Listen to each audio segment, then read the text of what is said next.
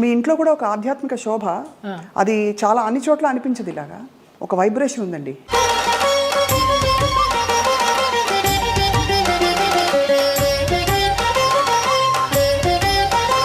ఇంట్లోకి రాగానే ఒక దేవాలయంలోకి వచ్చిన అనుభూతి అనేసి అంటారు. మీకు నచ్చినట్టు బతికారు దాదాపుగా. కరెక్టా? అవును. సీతమ్మ ఎవరి మాట వినదని, పోగొట్టుకున్న సంపాదించిన ఎన్ని ఒడిదుడుకులు అయినా కూడా నేను ఎవరిని బ్లేమ్ చేసేందుకు లేదు.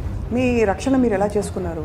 అండ్ మగ ప్రపంచం వచ్చి మిమ్మల్ని పలకరించలేదు, ట్రై చేయలేదంటే ఎవరు నమ్మరు. కాపాడుకున్నాను అంటే కాపాడుకోలేదనే చెప్పాలి.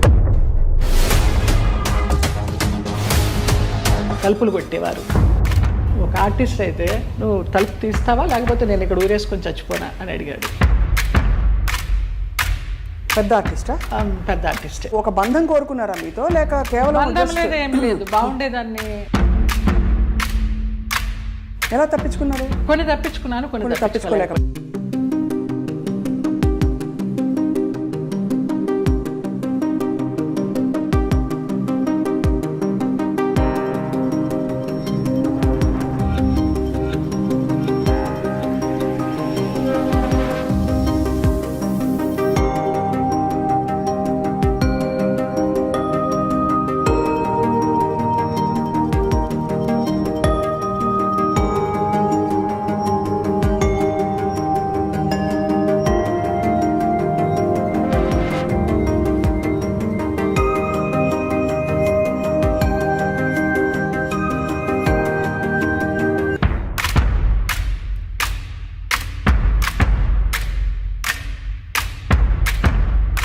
వాళ్ళ ప్రవర్తన కూడా ఒక ఒక గాయం చేస్తుంది కదా మనసులో. అట్లా నేను అబద్ధం చెప్పకూడదు, ఎవరు అలాగే ప్రవర్తించలేదు.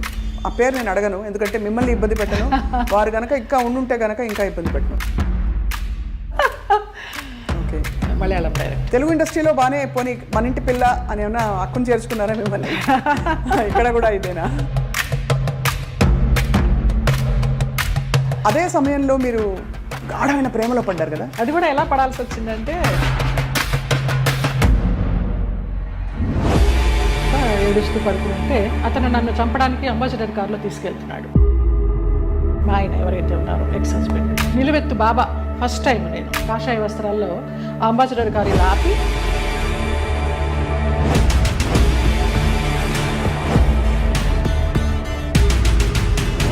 ఆ మన్నాడు పరుచూరు గోపాలకృష్ణ గారు, చలపతిరావు గారు వీళ్ళంతా మన విరుగంబాకం పోలీస్ స్టేషన్కి ఫోన్ చేసి ఇలాగ మా అమ్మాయి అప్పుడు యాక్సిడెంట్ అయ్యి పడిపోతే ఈ నడుము దగ్గర నుంచి చచ్చిపడిపోయింది అంటే, నాకు మళ్ళీ అతను లైన్లోకి వస్తే నేను నెలకి మెడిసిన్స్కి 5,000 రూపాయలు పంపించేదాన్ని. మీరు చెప్పే ఈ సంఘటనలు ఊహించుకుంటే కూడా, అంటే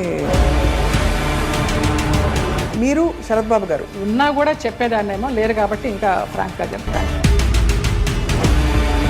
చాలా ఫ్రాంక్గా ఫస్ట్ టైం చెప్తున్నాను నేను. మీ జీవితంలో కీలక పాత్ర పోషించిన వ్యక్తులు గుమ్మడి గారు ఒకరు. అసలు అంత లింకప్ చేయాల్సిన అవసరం ఎందుకు వచ్చింది? నా కోసం సులా అని ఒక వైన్ బాటిల్ తెప్పించేవారు రోజు 800 పెట్టి, ఇది నీకే, ఇది జయమ్మకే, వేరే ఎవరు ముట్టుకోవద్దు అనేసి. ఒక 4-5 సంవత్సరాలు జర్నీ చేశాము. ఇప్పుడు అటు నుంచి వెళితే నాకు ఆ ఇల్లు చూస్తే మాత్రం ఏడుపు వస్తుంది. అక్కినేని నాగేశ్వరరావు గారు అన్నారు, ఆయన పోయిన తర్వాత అక్కడ నుంచునుంటే పిల్లలందరినీ పలకరిస్తూ నా భుజం తట్టి,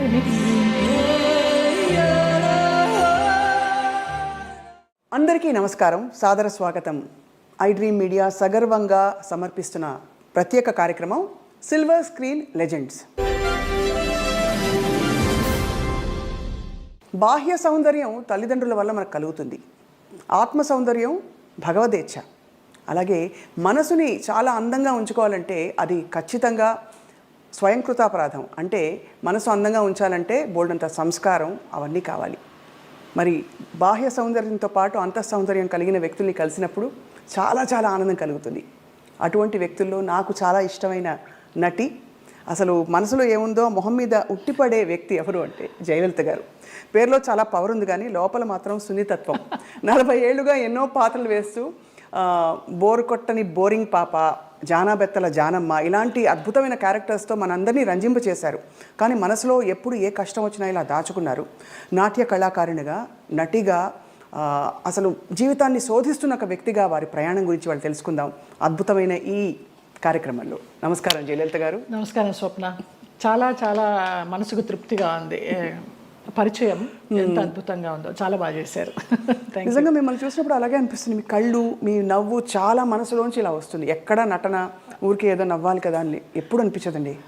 ఇందాక మీరు అన్నారు కదా ఈశ్వరేచ్ఛ అని, అది అంతే, అదే నమ్ముతాను. మీ ఇంట్లో కూడా ఒక ఆధ్యాత్మిక శోభ, అది చాలా అన్ని చోట్ల అనిపించదు. ఇలాగా ఒక వైబ్రేషన్ ఉందండి అంటారమ్మా చాలా మంది. ఇంటికి వచ్చిన వాళ్ళు ఇంట్లోకి రాగానే ప్రశాంతత ఉంది. బయట చూస్తే ఏంటి ఇలాంటి ఫ్లాట్లో ఉంటుంది జయలలిత అనుకుంటాము.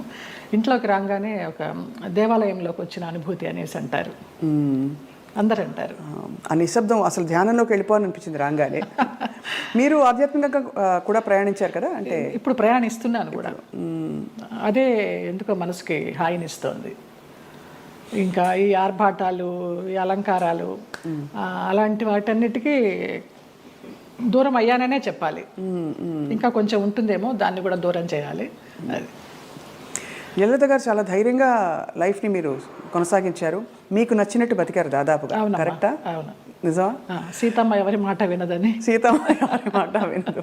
పోగొట్టుకున్న, సంపాదించిన ఎన్ని ఒడిదుడుకులు అయినా కూడా స్వయంకృతాపరాధం మీరు అన్నట్టు. నాకు నేను ఎవరిని బ్లేమ్ చేసేందుకు లేదు. మీ అసలు పేరు జయలలితేనండి? లలిత. లలిత. మరి జయలలిత అనేది జయ తర్వాత కలిసింది కదా? కలిసిందంటే నాకు ఊహ తెలిసిన తర్వాత నేను చూసిన ఫస్ట్ మూవీ కథానాయకుడు ఎన్టీ రామారావు గారు, జయలలిత గారు. ఆ సినిమా చూసిన తర్వాత 6 సంవత్సరాలప్పుడు నాన్న, అప్పుడు బడులు అనేవారు కదా, స్కూళ్ళు కదా, బడిలోకి జాయిన్ చేయడానికి వెళ్ళినప్పుడు మాస్టర్ గారు ఏంటమ్మా పేరు అన్నప్పుడు నాన్న లలిత అని చెప్పబోతుంటే నేను జయలలిత అని చెప్పేశాను. అది యాదృచ్ఛికం, తెలీదు. ఆ సంఘటన ఒకటే గుర్తుంది కానీ ఎందుకు చెప్పానో తెలియదు. జయలలిత అని చెప్పేసా. అప్పటి నుంచి జయలలిత. జయలలిత అనగానే ఆవిడ పవర్ఫుల్ జయలలిత గారే గుర్తొస్తారు. కానీ ఇక్కడ తెలుగునాట మీరు అంటే మీ ఏం చెప్పాలి, వర్చస్సు, ఒక అందం, ఒక గ్రేస్ ఏదైతే ఉందో ఆ జయలలిత గారికి ఈ జయలలిత గారికి పోలిక పెడతారు. మీరు నమ్మచ్చు నమ్మకపోవచ్చు, అతిశయోక్తి అనుకోవచ్చు. మొన్న నేను కేరళ ఒక ఆయుర్వేదం ట్రీట్మెంట్కి వెళ్తే డీటాక్స్కి, అక్కడ వాళ్ళందరూ అన్నారు ఆ జయలలిత మీరు ఒకలాగానే ఉన్నారమ్మా అనేసి. ఫస్ట్ టైం ఆ గ్రూప్ అంతా అన్నారు. జయలలిత గారు, మీరు నాట్య కళాకారునిగా మీ అభ్యాసం మొదలుపెట్టినప్పుడు అప్పుడు మీ మనసులో ఏముండేది? తల్లిదండ్రులు చెప్పి మంచి డాన్సర్ అవ్వాలనుకునేవారా, లేదు అందరి ఇళ్లలో నేర్చుకుందాం? అసలు నా నాట్యాభ్యాసం ఎలాగా మొదలైందంటే అక్కకి నేర్పిస్తున్నారు.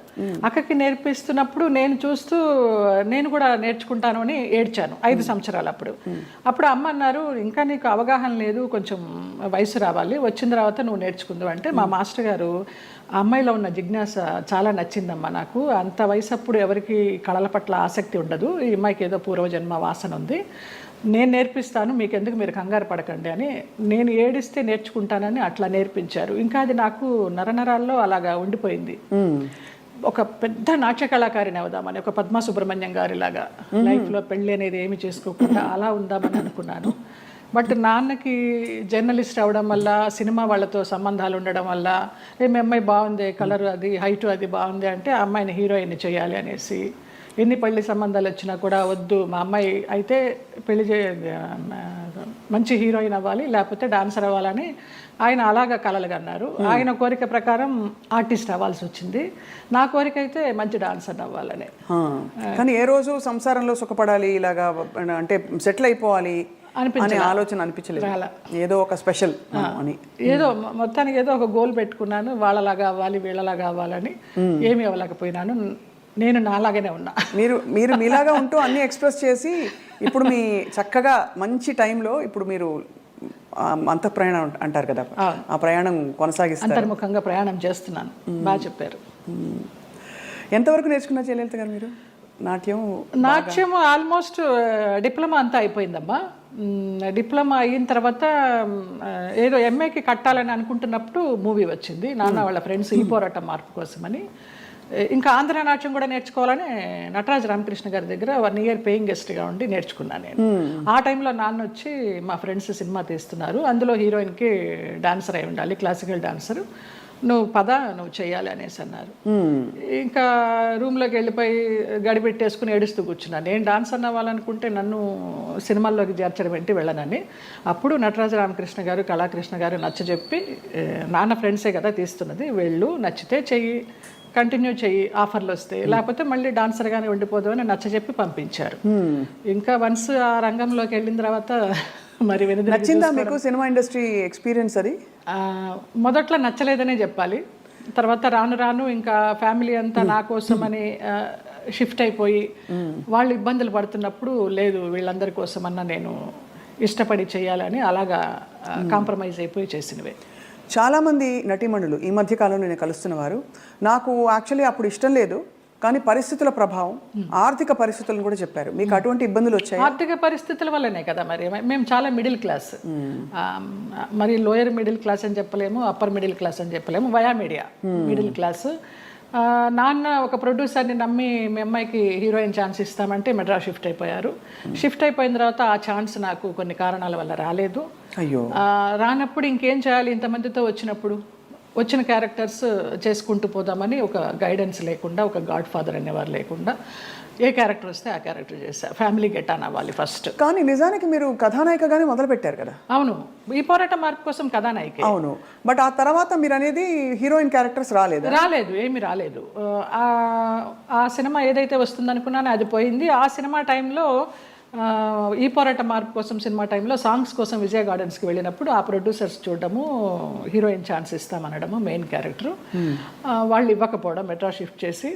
అదే టైంలో నానా మలయాళం మ్యాగజైన్ వాళ్ళు నన్ను చూసి బాగుంది అమ్మాయి మలయాళానికి హీరోయిన్గా పనికి వస్తుంది అనేసి వాళ్ళు నానా మ్యాగజైన్లో ఇంటర్వ్యూ తీసుకోవడము, అలాగా మలయాళం మూవీస్కి వెళ్ళడం జరిగిందనమాట. మలయాళం మూవీస్లో మరి చేస్తూ అంత మంచి ఇండస్ట్రీ కదా మలయాళం ఇండస్ట్రీ, మరి అక్కడ మీకు ఎక్కువ నిలదొక్కుని ఇప్పుడు ఎలా అయితే సూపర్ స్టార్స్ మనకు ఉంటారు అలాంటి అవకాశాలు రాక, లేకపోతే మీరు ఏదొచ్చినా పర్లేదు అని ఒక? అలా కూడా కాదు. మలయాళంలో ఫస్ట్ నేను చేసింది ఉప్పు మూవీ, ముస్లిం సబ్జెక్ట్, తల్లి కూతురు నేనే, జ్యువెల్ రోలు. నాకు దానికి Kerala best actress state award కూడా వచ్చింది. అవును అవును. తర్వాత ఐవిశశి గారు అప్రోచ్ అయ్యారు. అప్రోచ్ అయితే మంచి డైరెక్టర్. అప్పుడు అంటే తెలియదు మనకి ఎలా ఉంటుంది, ఊరికే అవుట్లైన్ చెప్తారు కానివ్వండి, మంచి గ్లామర్ రోలు, కమల్ హాసన్ గారి పక్కన అనేసరికి చాలా ఆనందంగా ఉంటాం కదా. ఫస్ట్లోనే కమల్ హాసన్ గారి పక్కన ఉలగ నాయగన్ ఆయన పక్కన వచ్చింది అని. ఆ ముగ్గురు హీరోయిన్లు శోభన, గీత, నువ్వు అని చెప్పారు. ఓకే అనేసి ఒప్పేసుకున్నాను. అది కట్ చేస్తే విలన్ వైఫ్ వ్యాంపిష్. దాని తర్వాత రామానాయుడు గారు ఇంద్రుడు చంద్రుడిలో కమల్ హాసన్ గారి సెక్రటరీగా ఎవరు బాగుంటారంటే కమల్ హాసన్ గారు నన్ను రికమెండ్ చేశారు. ఆ అమ్మాయి ఎవరో చేసింది జయలలిత, చాలా బాగుంది, ఆ అమ్మాయిని పెట్టండి అని. అలాగే ఇంద్రుడు చంద్రుడిలో కూడా ఒక టైప్ ఆఫ్ వ్యాంప్. అలా అలా కంటిన్యూ అయిపోయినాయి. కానీ శృతిలయల్లో ఒక పాంచాలి క్యారెక్టర్ కానీ, రాజశేఖర్ని మాయ చేసి అతని చేత ప్రోగ్రామ్స్ ఇప్పించి కమిషన్లు అవి తీసుకుని ఆ టచ్ ఉన్నవే వచ్చినాయి అన్నీ నాకు. ఒకలా చూస్తే దానికి ఒక ప్రత్యేక స్థానం ఉంది, అదేం తక్కువని కాదు. కానీ కాదు, అప్పట్లో కాలంలో ఎల్ విజయలక్ష్మి గారు వాళ్ళు ఎంత బాగా చేసేవారు అది. కానీ అది స్వర్ణయుగం, దానికి తగ్గట్టుగా వాళ్ళు అంత ఎలివేట్ అయ్యారు. ఇంకా కొంచెం కొంచెం రాను వెండి యుగాలు, ఈ రాగి యుగాలు ఇవన్నీ వచ్చేసరికి అప్పుడు వాళ్ళు డాన్సర్స్ చేసిన, వ్యాంప్ చేసిన, హీరోయిన్స్ చేశారు, అన్నీ చేశారు. ఆ డైరెక్టర్స్ అంత క్రియేటివిటీ ఉన్న డైరెక్టర్స్ ఇప్పుడు వాళ్ళు కాదని చెప్పడం లేదు. వాళ్ళు ధైర్యం చేసి అన్ని రకాల క్యారెక్టర్లు ఇచ్చేవారు ఒక ఆర్టిస్ట్కి. గిరిజ గారు మామూలుగా కమెడియన్ చేసి నాగేశ్వరరావు గారి పక్కన హీరోయిన్ చేయలేదా? అలా మా తరానికి వచ్చేసరికి వ్యాంప్ అంటే వ్యాంపే, చెల్లెలంటే చెల్లెలే, అలాగైపోయింది. సరే ఏదో ఒకటి, మనకి కళారంగం మనల్ని ఆదరించింది, అభిమానంగా పిలుస్తున్నారు, మన కుటుంబాన్ని పోషిస్తోంది అనే ఒక సద్బుద్ధితోనూ ఒక మంచితనంతోనే గెటాన్ అవుట్ వచ్చి, అంటే దాదాపు జీవితం నిర్ణయించిన విషయాలని మీరు స్వీకరిస్తూ ఒక నదిలా ప్రవహిస్తూ వచ్చేసారు. అంతే. అది కొంచెం మెచ్యూరిటీ వచ్చిన తర్వాత ఇంకా ఇది కర్మ సిద్ధాంతాన్ని నమ్మడం అలవాటు చేసుకున్న తర్వాత మనకి ఏది ప్రాప్తమో అదే, ఏది రావాలో అదే వస్తుంది, ఎప్పుడు రావాలో అప్పుడే వస్తుంది అన్న తర్వాత మనసుకి చాలా ప్రశాంతంగా హాయిగా ఉంది. ఇంత అందమైన జయలలిత గారు అప్పుడు ఒక అమ్మాయి, అఫ్కోర్స్ నాన్నగారికి పరిచయాలు ఉన్నప్పటికీ కూడా ప్రతి చోటికి నాన్నగారు రాలేరు కదా, మీ రక్షణ మీరు ఎలా చేసుకున్నారు? చుట్టూ ఉంటే మగ ప్రపంచం, అండ్ మగ ప్రపంచం వచ్చి మిమ్మల్ని పలకరించలేదు, ట్రై చేయలేదంటే ఎవరు నమ్మరు. అవును అవును, అంటే అది జగమెరిగిన సత్యం. అలా అని వాళ్ళని ఏం అండలేదు. బట్ ఈ ప్రపంచంలో ఎలా మీరు మిమ్మల్ని మీరు కాపాడుకున్నారు? కాపాడుకున్నాను అంటే కాపాడుకోలేదనే చెప్పాలి. కాపాడుకోలేదు, ఎందుకు అబద్ధం చెప్పడం. పరిస్థితులకు అనుగుణంగా వెళ్ళాను, అందువల్ల నేను పెద్ద ఇబ్బందులు ఏమీ ఎదుర్కోలేదు. కొంచెం ఫ్రెండ్లీగానే మూవ్ అవుతూ, నవ్వేస్తూ. అది వరకు ల్యాండ్ లైన్లు ఉండేవి, ఫోన్లు, ల్యాండ్ లైన్ తీసి పక్కన పెట్టేసేవాళ్ళం. అవుట్డోర్ వెళ్తే తలుపులు కొట్టేవారు. ఒక ఆర్టిస్ట్ అయితే నువ్వు తలుపు తీస్తావా లేకపోతే నేను ఇక్కడ ఊరేసుకొని చచ్చిపోనా అని అడిగాడు. పెద్ద ఆర్టిస్టా? పెద్ద ఆర్టిస్టే ఒక కాలంలో. అంటే ఎందుకు అడుగుతున్నానంటేనండి, మరి అది వాళ్ళు ఒక బంధం కోరుకున్నారా మీతో, లేక కేవలం బంధం లేదు, ఏం లేదు, బాగుండేదాన్ని, యంగ్లో ఉన్నాను, మంచి పర్సనాలిటీ, వ్యాంప్ క్యారెక్టర్లు వేస్తున్నాను, కూడా అదే అయి ఉండొచ్చు అనే ఒక అపోహ. ఎలా తప్పించుకున్నారు? కొన్ని తప్పించుకున్నాను, కొన్ని తప్పించుకోలేకపోయాను. తప్పలేదు. అంటే మీరు నిర్ణయం తీసుకుని ఎవరైనా ఒక నిర్ణయం తీసుకుని ఇలా ఉండాలని ఉంటే అది వాళ్ళ ఇష్టం, అది కానీ అయిష్టంగా బలవంతంగా గనక ఏ పరిస్థితిలోకి వెళ్ళినా కూడా అది బడి కావచ్చు, ఇంకోటి కావచ్చు, ఇటువంటి ఒక చాలా కష్టం కదండి. అవును. ఒకసారి అలాగే ఒక డైరెక్టర్ని రిజెక్ట్ చేశాను అనేసి అతను ఆ క్యారెక్టర్ కట్ చేసి పంపించేశారు. పర్లేదు అనుకున్నాను. అలా కూడా జరిగిన సందర్భాలు. ఆ రోజుల్లో ఎలా ఉండేది జయలలిత గారు మీకు? అంటే మనసులో ఇలా జరుగుతోందని ముందే తెలుసా? వాళ్ళు తలుపులు కొట్టేటప్పుడు భయం వేసేదా, లేకపోతే తెలుసు ఎలా తప్పించుకోవాలనే ఆలోచన తప్పించి ఆ భయాలు అవేమీ లేవు. తలుపులు బద్దలు కట్టలేరు. మన్నాడు ఏమన్నా అడిగినప్పుడు ఏదో దాటేస్తాం, ఏదో ఒక రీజన్ చెప్తాం. అవునా, నిద్ర పట్టేసింది, ఫోన్ వినిపించలేదనో, తలుపు చప్పుడు వినిపించలేదనో, ఇలాగే మేనేజ్ చేసుకుంటూ కొన్ని తప్పించుకుంటూ, కొన్ని తప్పించుకోలేక, కొన్ని తప్పనిసరిగా. కష్టం, చాలా కష్టం. అయితే కష్టమని అనుకోలేదు. అంటే ఒకసారి పోయినా 100 సార్లు పోయినా పోయింది అంతే. ఇక మనకేం అది ఫీలింగ్ ఉండదు. అంటే కరెక్టేలేండి మీరు అన్నట్టు. అంటే ఆ టైంకి మీరు ప్రాక్టికల్గా సమాధాన పడిపోయారు అంతే దానికి. అంతే. ఒకటే ఏమో, నా వాళ్ళు బాగుండాలి. ఎలాగో వచ్చాను, నేను చెడిపోతే చెడిపోయాను, నా వాళ్ళు బాగుండాలి, అంతే. ఆ మంచి మనసుతోనే వచ్చాను కాబట్టి ఇప్పటికీ నన్ను భగవంతుడు ఈ రకంగా చూస్తున్నాడు 40 years ఇండస్ట్రీలో అని ఒక నమ్మకం. ఇప్పుడు అందరూ బాగున్నారు. చాలా సున్నితమైన ఒక ప్రశ్న అండి ఇది, అడగచ్చు అడగకూడదు, కానీ ఈ సోకాల్డ్ ప్రముఖులు వాళ్ళు వీళ్ళు మిమ్మల్ని ఇలాగా ఇబ్బంది పెట్టి, సరే వాటెవర్ ట్రై చేసి అది బలవంతంగా మీరు తలొగ్గినప్పుడు గౌరవం ఉంటుందా, లేకపోతే కేవలం జస్ట్ వాళ్ళ వాళ్ళ వాళ్ళ ఇంకా పైశాచికత్వం? కానీ పైశాచికత్వం ఏమీ ఉండదు, గౌరవం ఉండదమ్మా. Just matter of fact, need అంతే. రెండు ఉండవు, అది మరీ పీక్ ఉండదు. కానీ అంటే ఎందుకు అడుగుతున్నానంటేనండి, ఆ టైంలో వాళ్ళ ప్రవర్తన కూడా ఒక గాయం చేస్తుంది కదా మనసులో. అట్లా నేను అబద్ధం చెప్పకూడదు, ఎవరు అలాగ ప్రవర్తించలేదు. పైశాచికము లేదు, ప్రేమ లేదు. ప్రేమ అసలు ఉండదు. ఒప్పుకొని వెళ్ళాము, అంతవరకు. వాళ్ళ నీడ్ అయిపోయింది, వచ్చాము. తర్వాత ఎలా ఉండేవారు వీళ్ళందరూ? బాగానే ఉండేది మామూలుగా. షార్ట్ అంటే షార్టే, అంతే. సో అది అలాగా ఒక ప్రొఫెషనల్ సిస్టంలో దాదాపు ప్రతి హీరోయిన్కి, ప్రతి అందమైన నటికి ఇది సర్వసాధారణమైపోయిన పరిస్థితులు వచ్చాయి అనే ఒక బాధతో తప్ప మరీ మిమ్మల్ని ప్రోబ్ చేసి ఇబ్బంది పెట్టాలని కాదు జయలలిత గారు. అయ్యో లేదమ్మా. ఎందుకు అది నామ్ అయిపోవాలి, ఎందుకు ఒక బెంచ్ మార్క్ అయిపోవాలి అని అంటే, మనం ఈరోజు అనేక కమిటీలు పెట్టడాలు, ఇండస్ట్రీ ఇతర వర్క్ ప్లేసెస్లో వేధింపుల కమిటీ ఉండాలని చెప్పి, అంటే వేధింపులని వ్యతిరేకించే కమిటీలు. బై గాడ్స్ గ్రేస్ మాకు అట్లాంటి వేధింపులు ఏం లేవు, కానీ తప్పలేదు. అంటే అది కరెక్టే. అంటే వేధింపులు లేకపోయినా ఒక పాయింట్లో మీరు ఎస్ చెప్పకపోతే మీకు అవకాశాలు తగ్గిస్తాం అన్నది ఒక వేధింపే కదా. అవును. అంటే మీకు టాలెంట్ ఉండి కూడా చెప్పాను కదా, ఒక డైరెక్టర్ పంపించేశారు సుగం క్యారెక్టర్ అయిన తర్వాత అనేసి. ఆ పేరు నేను అడగను, ఎందుకంటే మిమ్మల్ని ఇబ్బంది పెట్టను. వారు గనక ఇంకా ఉండుంటే గనక ఇంకా ఇబ్బంది పెట్టను. లేరు, పోయినారా? Okay. Malayalam director. Okay. Telugu ఇండస్ట్రీలో బాగానే పోనీ మన ఇంటి పిల్ల అని ఏమన్నా అక్కును చేర్చుకున్నారా మిమ్మల్ని? ఇక్కడ కూడా ఇదేనా? అక్కున చేర్చుకోలేదు, చీకొట్టలేదు. రైట్. అదే సమయంలో మీరు గాఢమైన ప్రేమలో పడ్డారు కదా? అవునమ్మా. మలయాళం డైరెక్టర్. అది కూడా ఎలా పడాల్సి వచ్చిందంటే, నేను డేట్స్ ఇచ్చినప్పుడు నాన్న నాకు తెలియకుండా వేరే క్రాస్ బెల్ట్ మణి అని మన హీరోయిన్ మీనా వాళ్ళ మేనమామ, ఆయన కూడా ఒక కాలంలో ఒక ఈ సి గ్రేడ్ టైప్ ఆఫ్ మూవీస్కి మంచి పెట్టింది పేరు ఆయన. నేను చేసే సినిమాలు కూడా సి గ్రేడ్ సినిమాలే అప్పుడు, బీసీ గ్రేడ్. మీరు అంత ఓపెన్ గా సీక్రెట్ సినిమాలు చేశానని చెప్తున్నారు కదా, అది ముచ్చటేసం చూసి ఎంత నిజాయితీగా చెప్తున్నారని చెప్పండి మ్యామ్. ఆ టైంలో నాన్న వాళ్ళకి ఇచ్చారు, నేను వీళ్ళకి ఇచ్చాను. అప్పుడు ఆ లొకేషన్కి వచ్చి ఆయన రౌడీయిజం చేయపోయినారు, క్రాస్ బెల్ట్ మని. అప్పుడు ఇతను నేను భయపడి ఏడుస్తుంటే నన్ను ఒక రూమ్లో ఉంచి నీకెందుకు, నేను ఉన్నాను కదా, నేను సమాధానం చెప్పి పంపిస్తాను, వాళ్ళు మాకు చుట్టాలి అన్నట్టుగా అలాగే పంపించేసరికి అబ్బా నా లైఫ్ని సేవ్ చేసి అతను దొరికాడు అన్నట్టుగా బ్లైండ్గా పడిపోయినా ప్రేమలో.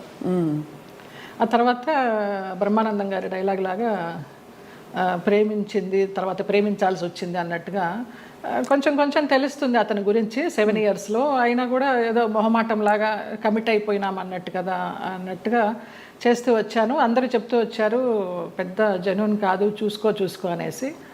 ఇక లాస్ట్గా అతను కూడా బ్లడ్తో లెటర్స్ రాసేసి ఒక మన ఇప్పుడు ఆ హార్డ్ డ్రింక్స్ అవి తాగుతారు కదా, మన విస్కీ తాగే ఒక బాటిల్ లాంటి దానిలో, అది విస్కీనో మరి బ్రాందీనో తెలియదు, అందులో పాయిజన్ పోసుకుని తాగుతాను, ఇంటి ముందరకు వచ్చేసి చచ్చిపోతానని అంటే ఇంకా అందరికీ ఇంట్లో వాళ్ళకి ఇష్టం లేకుండానే బలవంతంగా నేనే నగలు కొనుక్కొని నేనే పెళ్లి బట్టలు కొనుక్కొని, జయకృష్ణ గారు కొనిచ్చారు పెళ్లి బట్టలు. అలాగా కేరళ వెళ్ళిపోయి చూడటానికరమ్మ కొచ్చిన్లో, చాలా మహిమగల అమ్మవారు, అక్కడ మ్యారేజ్ చేసుకున్నాం. అప్పుడు ఇంట్లో వాళ్ళందరూ ఇంకా నామకే వస్తే వచ్చి అక్షంతలు వేసి భోంచేసేసి వెళ్ళిపోయారు.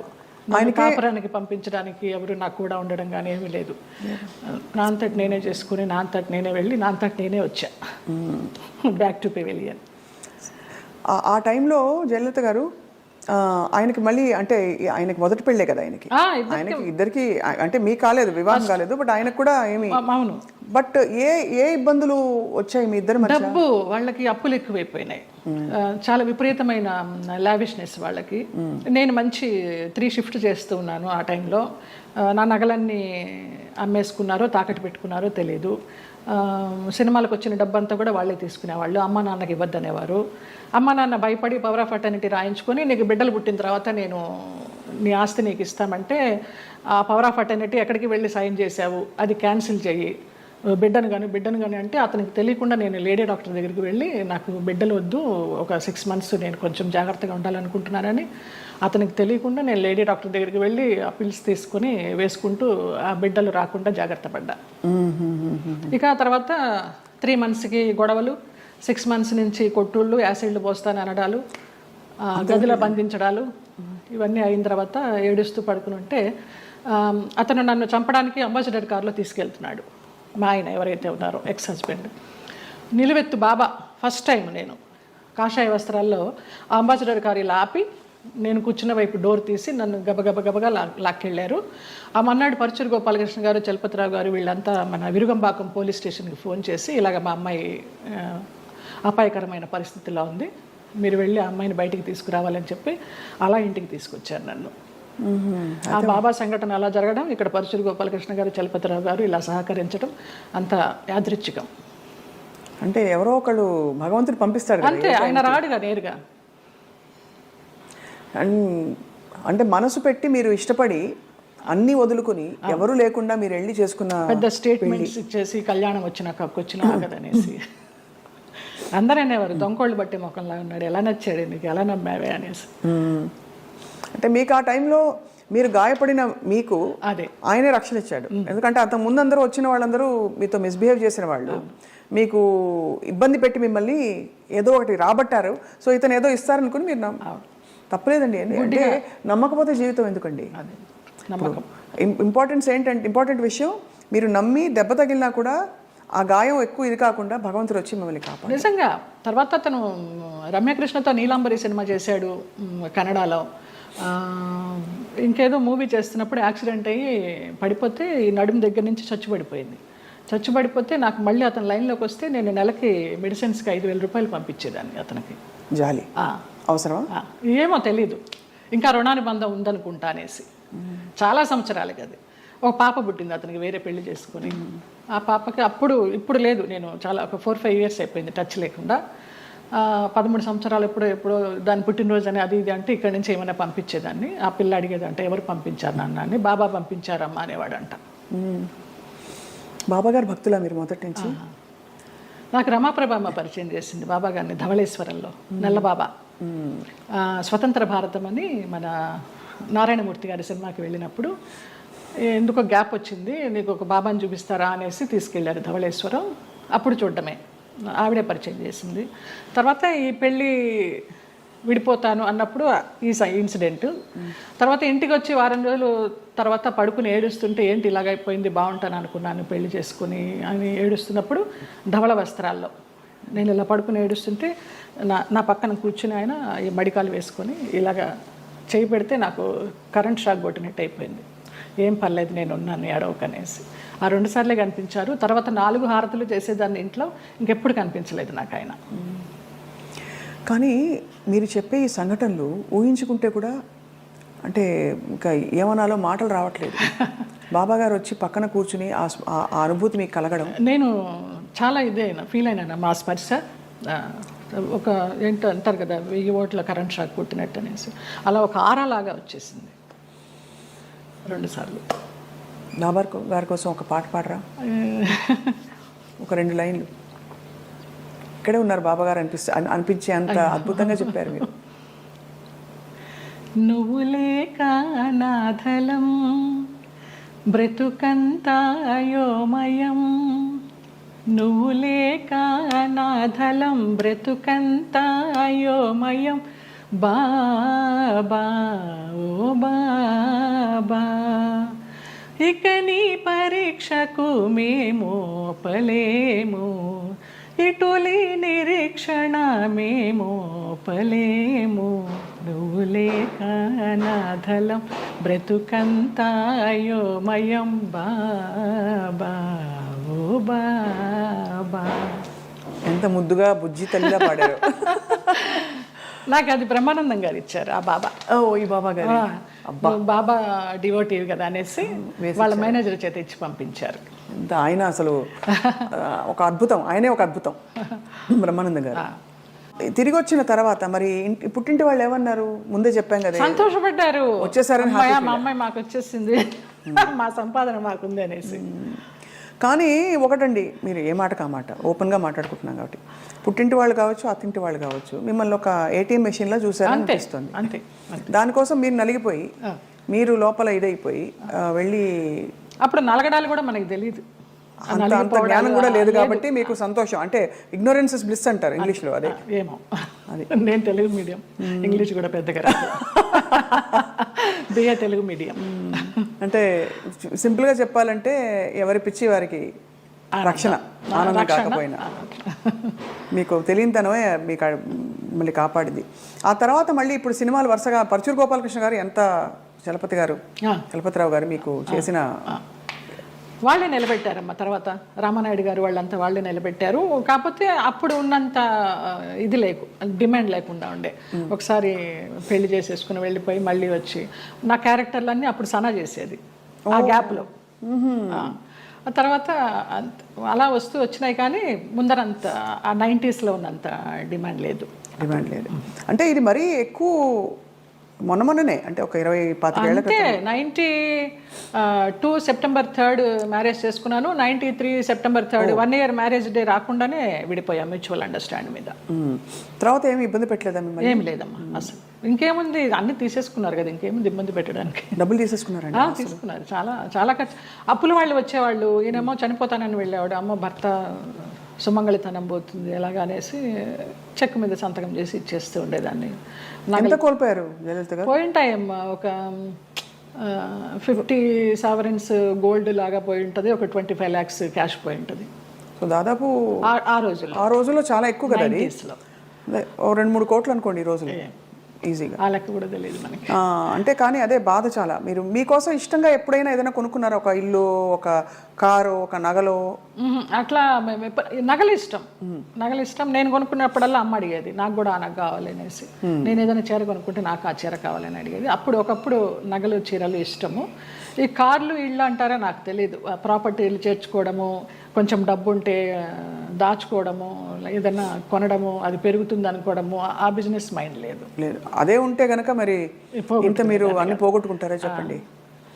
అందరూ అనేవారు ఏదైనా స్థలం కొని పడేయమ్మా అని, వినేదాన్ని కాదు. అదే ఇల్లు, పెళ్ళి, పిల్లలు అన్ని ప్రాప్తంలో ఉండాలంటారు, అవి లేవు.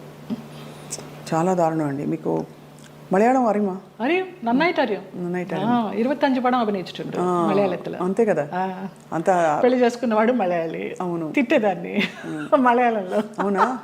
పట్టి నాకు ఒకటి తెలుసు, పట్టి పట్టి కళూరుండము అనే గాడిద. మలయాళ వంటలు కూడా వచ్చా జయలలిత గారు మీకు? అసలు నాకు మన తెలుగు వంటే రాదు, స్టవ్ అంటించడమే రాదు. ఓలన్ ఓలన్ ఓలన్ అంటే కాలన్ కాలన్ പച്ചടി കിച്ചടി എരിശ്ശേരി ഒന്നും അറിഞ്ഞൂടാ. ഒന്നും അറിഞ്ഞൂടാ. కాఫీ టీ పోలే അറിഞ്ഞൂടാ. ఇప్పుడు అసలు మీకు వంట రాదా? అసలు స్టవ్ అంటించడం రాదు తల్లి. ఎంత ముద్దుగా చెప్పారండి. ఎలా మరి మరికి ఎవరు చేసి పెడతారు? మా మేనమామ కొడుకు వాడు, నలభీమ పాకం వాడే అన్ని. మార్నింగ్ అక్కడ సోఫాలో కూర్చున్నానంటే నైట్ డిన్నర్ వరకు అన్ని అక్కడికే వస్తాయి. అవ్వా, క్వీన్ అనమాట అంతే. పోతే పోనీ లేదు, దునియా గోలీ మారు దునియాకు అంతే. ఒక సన్యాసి జీవితం, ఒక మహారాణి జీవితం అన్నీ. అయితే అప్పుడు మళ్ళీ మీరు పుంజుకుని తిరిగి వచ్చాక ఎవరు చెప్పేవారు మీకు మంచి చెడు ఇంత గాయం అయి తిరిగి వచ్చారు, రెమ్యూనరేషన్ ఎంత అడగాలి, రోల్ ఒప్పుకోవాలా వద్దా, రోల్ కట్ చేసేస్తే అడగాలా వద్దా, మీకు ఇవ్వవలసిన సౌకర్యాలు సెట్లో మీకు ఏదో ఇలాంటివి ఇస్తున్నారు, ఫ్లైట్ ఇస్తానని ఇవ్వలేదు, ట్రైన్ ఇచ్చారు, ఈ అడ్జస్ట్ అవ్వాలా లేదా, ఈ మంచి చెడులు ఎలా తెలిసేది మీకు? తెలీదమ్మా. ఇప్పుడు నేను చెప్తున్నాను కదా, ఒక మోస్తరు సినిమా అయితే వాళ్ళు ఏదో చెప్పేవారు, ఇన్ని రోజుల క్యారెక్టర్ అమ్మా అని. నేను ఒక రెమ్యునరేషన్ అడిగేదాన్ని, అది కాదమ్మా కొంచెం తగ్గించండి అనేవారు. సరే, కానీ రెమ్యునరేషన్ ₹1 తక్కువైనా పర్వాలేదు, కానీ మర్యాద తక్కువైతే మాత్రం నేను భరించలేను. టైంకి అన్నం పెట్టాలి. నేను బ్రాహ్మణ అమ్మాయిని, ప్యూర్ వెజిటేరియన్. మీరు పెరుగన్నం పెట్టినా చాలు, టైంకి పెట్టాలి. ఎప్పుడో 2 గంటలకి 3 గంటలకి బ్రేక్ ఇస్తానంటే నా వల్ల కాదు. ఒక 2 కొబ్బరి బొండాలు ఇవ్వాలి, ఒక 4 వాటర్ బాటిల్స్ ఇవ్వాలి, మంచి హోటల్ రూము, అవుట్డోర్ అయితే. ఇక్కడైతే నేనే ఇంట్లోనే ఉండి వెళ్తాను. ఇంతే తప్పించి పెద్ద హైలీ డిమాండ్స్ ఏమీ ఉండేవి కాదు నాకు. అమ్మ ఫ్లైట్ దొరకలేదు, ట్రైన్ అన్నారు అనుకోండి, ఆ చలో పదండి. కానీ చాలా మంది మేనేజర్లు టికెట్ కన్ఫర్మేషన్ లేకుండా ఎక్కించేసేవాళ్ళు మమ్మల్ని. అయిపోయిందమ్మా అయిపోయింది అనేసి. తర్వాత మేము ఎన్ని ఇబ్బంది పడిన సందర్భాలు ఉన్నాయో టీసీ దగ్గర. పాపం వాళ్ళు మాకు అప్పుడు ఫేస్ వాల్యూ ఉంది కాబట్టి ఏదో సీట్ ఇచ్చో, లేకపోతే ఇంకొక ఊర్లో బర్త్ ఖాళీ అవుతుందమ్మా అని అలా ఇచ్చో, అలాంటి ఇబ్బందులు పడ్డాం. అష్ట కష్టాలు పడ్డారు అయితే. ఇవన్నీ అంటే పార్ట్ ఆఫ్ ద గేమ్. కానీ ఆ టైంలో మరి మీ మేకప్, మీ చర్మ సౌందర్యం ఇవన్నీ తెలిసి ఉండేదా? ఇలా చేసుకోవాలి, ఫేస్ ప్యాక్ చేసుకోవాలి? అస్సలు తెలియదు నాకు. అసలు ఇంతవరకు సెల్ఫ్ మేకప్ తెలియదు. నేను ఇవాళ కూడా చేసుకోలేదు. మీరు చూడండి, ఎప్పుడు చేసుకోను. నేను మేకప్ మ్యాన్ ముందర కూర్చుంటాను, మీకు ఏది వస్తే అది చేయండి అంటే. మీకు అసలు మేకప్ ఎందుకండి అవసరం లేదు? ఏదో ప్రత్యేక క్యారెక్టర్కి ఏదో పెద్ద పెద్ద బొట్లు పెట్టి కాటుకలు పెట్టి చేయాలంటే తప్ప. వాళ్ళందరూ నవ్వుతారు, అదేంటమ్మా 40 సంవత్సరాల నుంచి ఉన్నారు, మొన్న మధ్య టీవీ సీరియల్స్ చేసినప్పుడు కూడా మీరు సెల్ఫ్ చేసుకోరా అని. నేను సెల్ఫ్ మేకప్ చేసుకోను, నా దగ్గర మెటీరియల్ ఉండదు. ఓన్లీ ఆ టచ్అప్ క్లాత్, స్పాంజ్, ఒక గిన్నె తీసుకెళ్తా అంతే. మిగతా మీరే చేసుకోండి, ఎలా చేసుకుంటారు. మరి ఆ టైంలోనే కదా మీకు వచ్చిన బోర్ కొట్టని, బోరింగ్ పాప, ఇవన్నీ ఎప్పుడు వచ్చాయి? ఏ టైంలో వచ్చాయి? లారీ డ్రైవర్ బాలయ్య బాబుతో చేసినప్పుడు జస్ట్ ఒక సీన్, ఒక సాంగ్, ఒక ఇమాజినేషన్ సాంగ్, డ్రీమ్ సాంగ్, దాంతో బోరింగ్ పాప అని వచ్చేసింది. జనాల్లోకి బాగా వెళ్ళిపోయింది ఆ క్యారెక్టర్. అవును, చిన్న క్యారెక్టర్ అయినా కూడా. అలాగే ఏప్రిల్ 1 విడుదల భాగ్యం క్యారెక్టర్ కూడా అలాగే వెళ్ళింది. అద్భుతమైన వంశీ గారి సినిమాలు అసలు రేంజ్. అవును. ఏ డైరెక్టర్తో మీరు వర్క్ చేసినప్పుడు మీకు హాయిగా అనిపించేది, అంటే ఇది కదా నాకు ఇష్టమైన వాతావరణం అని? చాలా మోస్ట్లీ ఈవీవి సత్యనారాయణ గారు అలాగే ఉండేదమ్మా, జంజాల గారు అలాగే ఉండేవారు, వంశీ గారు అలాగే ఉండేవారు, మోహన్ గాంధీ గారు అలాగే ఉండేవారు, కోదండరామరెడ్డి గారు అలాగే ఉండేవారు. చాలా ప్లెజెంట్గా. మన శరత్ గారు వంశోద్ధారకుడు, వంశానికి ఒకడు, అవన్నీ చేసి సాయంత్రం 6 అయిందంటే నేను, వైవిజి, అన్నపూర్ణమ, శ్రీలక్ష్మి, మేమంతా ఒక బ్యాచ్ ఉండేవాళ్ళం సినిమాల్లో. ఒక టైంలో అందరం ఉండేవాళ్ళం, అన్ని క్యారెక్టర్స్ ఉండేవి. ప్యాకప్ ఎప్పుడు అంటే ఆ శరత్ గారు విసుకొని దుబ్బేయండి అనేవారు. రేపు చేసుకుంటాలి, మీ క్లోజులు వెళ్ళిపోండి అనేసి. అలాగా రాఘవేంద్రరావు గారి దగ్గర, అందరి దగ్గర ఒక్కొక్క డైరెక్టర్ ఒక్కొక్క గురువు అంతే. ఎవరి దగ్గర ఏం నేర్చుకోవాలి, ఒక డిసిప్లినా, ఒక సిస్టమేటిక్గా, ఒక యాక్టింగ్గా. బాపు గారిని సార్ ఎలా చేయమంటారు, మీరు చేయండి అమ్మా, నాకు కనుక అది సరిపోలేదు అనుకుంటే నేను చెప్తాను, నేను ఇంప్రూవ్ చేస్తాను, లేకపోతే మీరు చేసిందే చాలు నాకు అంటారు. మహానుభావుడు చెప్పారండి. విశ్వనాథ్ గారు అయితే అన్నీ చేసి చూపిస్తారు. విశ్వనాథ్ గారితో చేసిన సినిమాలు నేను శృతిలయలు, స్వయం కృషి లాస్ట్లో, చిరంజీవి గారికి చరణ్ రాజ్కి ఫైట్ అప్పుడు స్వయం కృషిలో మంచి వెన్నెల ఇప్పుడు మగువ మనకు పంచబాణుని కేళి బాగుగా గూడుండ మగువా మగువా ఆ సాంగ్. బట్ మంచి సాంగ్. శేషు మాస్టర్ గారు కొరియోగ్రాఫరు. చిరంజీవి గారు ఫైట్ చూస్తారు కానీ జయలలిత సాంగ్ ఎవరు చూస్తారు అక్కడ? అలాగా ఆ క్లాసికల్ సాంగ్ అలాగ అయిపోయింది అనమాట. స్వరాభిషేకం శ్రీకాంత్ గారు ఆయన అన్నదమ్ములుగా చేసింది, అది చేశాను ఏవిఎస్ గారి భార్యగా. మంచి క్యారెక్టర్స్ పడ్డాయి యాక్చువల్లీ, గుర్తుండిపోయే క్యారెక్టర్స్.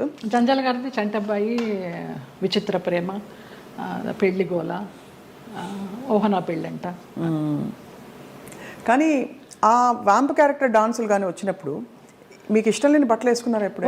అన్నీ పొట్టి పొట్టి బట్టలు వేసేసుకుని నుంచునే వాళ్ళము. మేకప్ మ్యాన్లు స్టాకిన్స్ ఉండేవి కదా అప్పుడు మాకు, మొత్తం గోడకి సున్నం కొట్టినట్టే కొట్టేవారు. ఇలా ఉన్నా కూడా కొంచెం ఎక్కడెక్కడ ప్యాచెస్ ఉన్నాయో, మోకాలు అవి ప్యాచెస్ ఉన్నాయని మొత్తం పెయింట్ కూడా అలా నుంచునే వాళ్ళం బొమ్మలాగా. ఏం కలిగేది కాదు, అలవాటైపోయింది. నేను ఆ డ్రెస్ వేసుకొని కూర్చున్నా కూడా మా అసిస్టెంట్ తీసుకొచ్చి టవల్ కప్పేవాడు. వచ్చి తీసి పారే, ఇది కప్పుకున్న దగ్గర నుంచి వాళ్ళకి ఆత్రం ఏముంది లోపల అని. ఇది మూసినంత వరకే కదా ఆత్రం, ఇది తెరుచుకుంటే ఏముంది తీసి పడేసి దాన్ని మళ్ళీ షార్ట్కి తీయాలి. అప్పుడు విచిత్రంగా చూస్తూ ఉంటారు, మనకి షార్ట్ కాన్సన్ట్రేషన్ ఉండదు. ఇప్పటి నుంచి ఇలాగే కూర్చుంటా.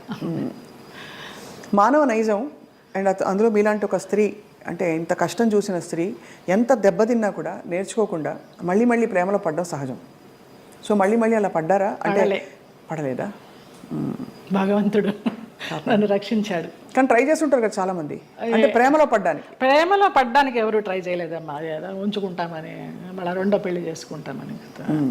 నాకు ఇంట్రెస్ట్ లేదు, నాకు భయం. ఒక పెళ్ళి చాలు, అయిపోయింది దాంతో ఎక్స్పీరియన్స్. చాలా మంది కాంప్రమైజ్ అయిపోతారు కదా, ఏదో ఒక తోడు, ఏం లేని చోట ఒక తోడు ఉంటుందని. అలా అనిపించలా. అన్నపూర్ణమ్మ వాళ్ళందరూ కూడా అనేవారు, కనీసం పెళ్లి చేసుకోకపోతే ఎవరన్నా బిడ్డనన్నా పెంచుకో, నీకు వయసు అయినప్పుడు ఆసరాగా ఉంటారని.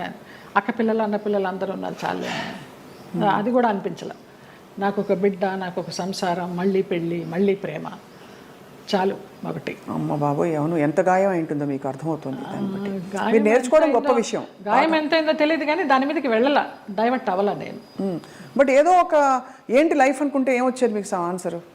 ఇప్పుడు ఫర్ ఎగ్జాంపుల్ పొద్దున్న లేస్తే మేకప్ వేసుకుని సెట్లో ఉండి వాళ్ళకి కావాల్సినట్టు రోజంతా ఉన్నప్పుడు మనకు కావాల్సినట్టు మనం ఉండే టైం ఉండాలని అందరికీ అనిపిస్తుంది. అలా ఉంటుంది కదా, ఏదో ఒక మంచి ఫ్రెండ్స్ ఉన్నారా మీకు? అట్లా కూడా ఎవరు లేరు. ఇప్పుడు రాగిణి, రక్ష, లతాశ్రీ వాళ్ళందరూ సోకాళ్ళు వాళ్ళందరూ ఎప్పుడైనా మీ మధ్య ఎప్పుడు ఈర్ష్యలు, కాంపిటీషన్లు ఏమీ లేవా? ఎప్పుడు లేదు. ఈ చీర నువ్వు తీసుకో, నువ్వు కట్టుకో, ఎలాంటి ఫ్రెండ్స్ ఎన్నో అలాంటివి ఎన్నో. నేను రాగిణికి ఎన్ని ఇస్తాను చీరల నగలు, పాపం పాడైపోయినవి కూడా అది మళ్ళీ రిపేర్ చేసుకుని, అక్క నువ్వు ఇచ్చింది చూడు ఎంత బాగుందో కట్టుకున్నాను అంటుంది. అలాంటిదే తప్పించి నువ్వు కట్టుకుని ఇప్పేసిన చీర నాకు ఇస్తావేంటి, అలాంటివి ఏం లేదు. ముందర అడుగుతుంది, అక్కలకి ఆ వదిలినకి చీరలు తీస్తున్నాను అంటే అక్క నన్ను గుర్తుపెట్టుకో, నాకు కూడా ఇవ్వంటుంది. అలా చాలా మందికి ఇచ్చిన సందర్భాలు ఉన్నాయి.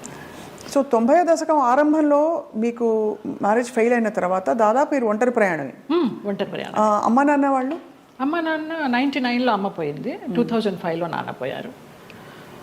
తర్వాత 2003లో నేను హైదరాబాద్ షిఫ్ట్ అయ్యాను. ఇంకా అక్కడ ఉన్న ఒక ఇల్లు అమ్మేసి అక్కల అన్నలు అందరూ వేరే వేరే కాపురాలు పెట్టేసుకున్నారు.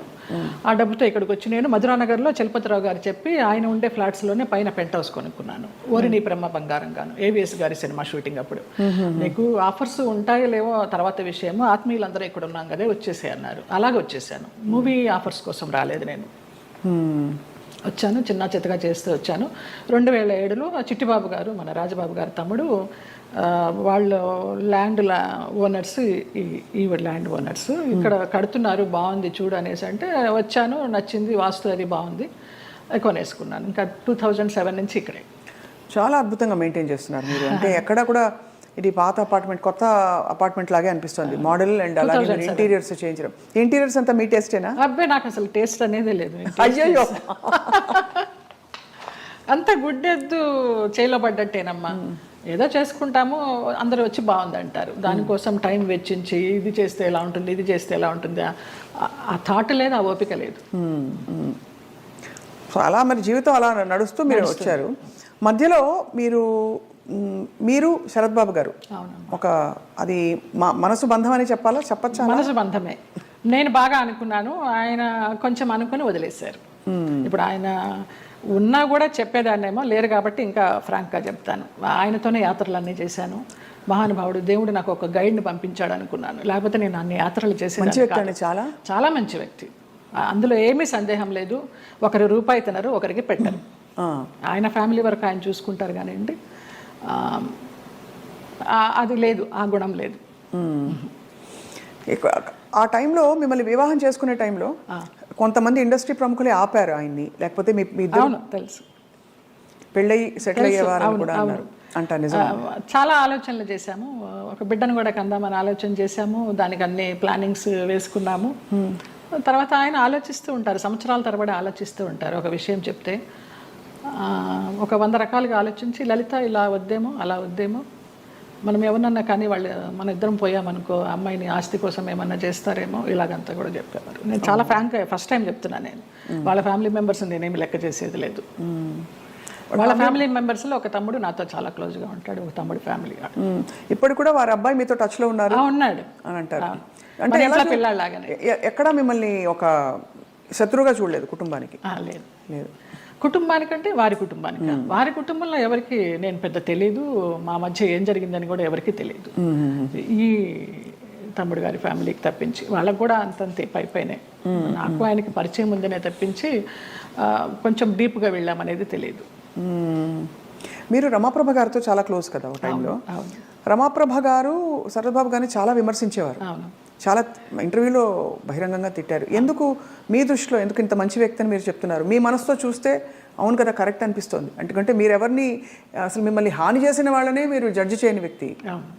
అలాంటిది అసలు అంటే మనం ఒకవైపునే విని చెప్పలేము కదా, మరి జడ్జ్ చేయలేము కదా. మరి అప్పుడు వాళ్ళిద్దరు కలిసి ఉన్న పరిస్థితుల్లో ఏం జరిగిందో అది నేను కూడా చెప్పలేను. కానీ నా వరకు ఆయన చాలా మంచి వ్యక్తి, చాలా మంచి వ్యక్తి. ఏ విషయంలో మీకు నమ్మకం కలిగింది?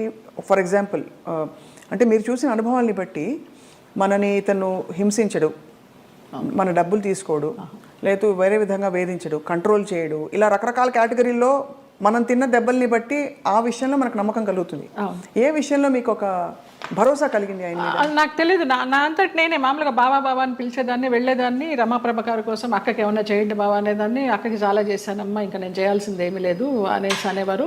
అలాగా నేను ఈ గుళ్ళు వెళ్తాను, ఆ గుళ్ళు వెళ్తాను, ఈ పురాణాలు చదువుతానంటే ఆయన దగ్గర కూర్చుంటే గంటలు గంటలు అలాగా టైం పాస్ అయిపోయేది. అప్పుడు నేను ఒక ఆడదాన్ని అనే అభ్యంతరం లేకపోతే మీ వెంట తీసుకెళ్ళడానికి, మీరు యాత్రలకు వెళ్ళినప్పుడు నాకు చెప్పండి బావా, నేను వస్తాను అనేదాన్ని. అలాగా మా యాత్ర సాగిందనమాట. అట్లా ఇంకా ఆయన లలిత లలిత అని పిలవడము, క్లోజ్ అయినామని చెప్పాలి. దాదాపు మీకు అంటే గృహస్థాశ్రమం లేకపోయినా వానప్రస్థాశ్రమం లాంటిది తొందరగా ఫాస్ట్ ఫార్వర్డ్ మోడ్లో కర్మలు అయిపోతాయి చూడండి. ఇప్పుడు మనం అనుభవించడానికి వచ్చిన కర్మలు అయిపోవాలంటారు కదా, అలా మీకు ఏదో రాసి పెట్టినట్టు మీరు దాన్ని అటాచ్ అయ్యారు, మళ్ళీ డిటాచ్ అయిపోయారు. అవును. ఆయన ఒక విషయంలో బాధపడుతున్నప్పుడు ఈ చిట్టిబాబు గారు వాళ్ళే చెప్పారు, పోనీలే నీకు భగవంతుడు ఆయన్ని గైడ్ కింద పంపించాడు నువ్వు యాత్రలు చేయడానికి. ఆయన పోయినప్పుడు బాధపడితే మంచి వ్యక్తి వెళ్ళిపోయారు అనేసి అన్నారు. ఇంకా అప్పటితో ఆ ఆలోచన కూడా లేదు. ఇంకా వెళ్ళాను, హాస్పిటల్కి వెళ్ళేదాన్ని, చూసేదాన్ని, అసలు మన సృహలోనే లేరు. లాస్ట్ ఇయర్ February 14th నాడు, వ్యాలంటైన్స్ డే నాడు హాస్పిటలైజ్డ్ అయిన మనిషి May 21st నాడు పోయినారు. చూడలేకపోయారు కదా? చూడలేకపోయిన వాళ్ళం. బావా బావా అని పిలిచేదాన్ని, అయ్యప్ప అని పిలిచేదాన్ని ఆయన్ని. ఆయన ఆధ్వర్యంలో ఇరుముడి కట్టుకొని నేను మండలం రోజులు అయ్యప్ప దీక్ష చేసి అయ్యప్పకే వెళ్ళాను.